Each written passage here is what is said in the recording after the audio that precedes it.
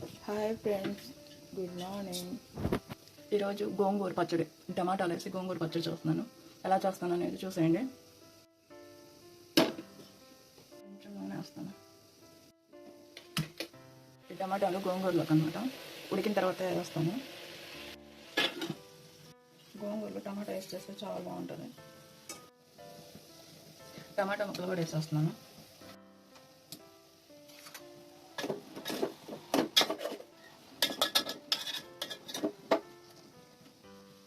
కొంచెం ఉప్పు వేస్తున్నాను. ఉప్పు వేస్తే తొందరగా మగ్గుతాయి టమాటా ముక్కలు. ఎప్పుడైనా సరే ముక్కల్లో ఉప్పు వేస్తే ఏ ముక్కలైనా తొందరగా మగ్గుతాయి. అందుకని ఉప్పు వేయాలన్నమాట. ముందు కొంచెం పసుపు కూడా వేస్తున్నాను.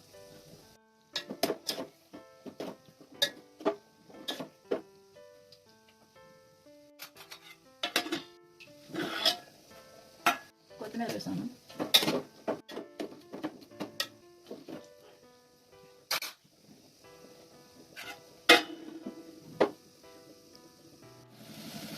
గోంగూర అయితే ఉడికిపోయింది, టమాటా ముక్క కూడా ఉడికిపోయింది.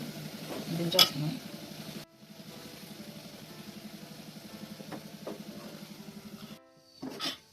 ఇది గోంగూర టమాటా.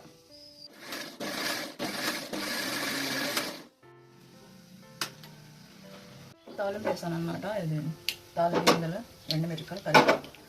ఆల్రెడీ వాటిలో కొత్తిమీర వేసాను కాబట్టి మళ్ళీ కొత్తిమీర వేయలేదన్నమాట, అవసరం లేదు. ఇది రెండింటిలో తాలింపు వేసేస్తాను.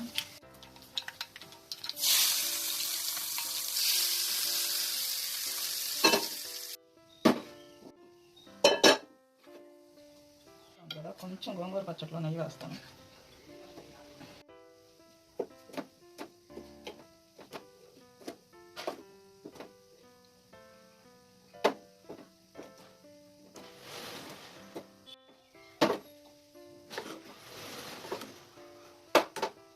చాలా బాగుంటుంది గోంగూర పచ్చడి.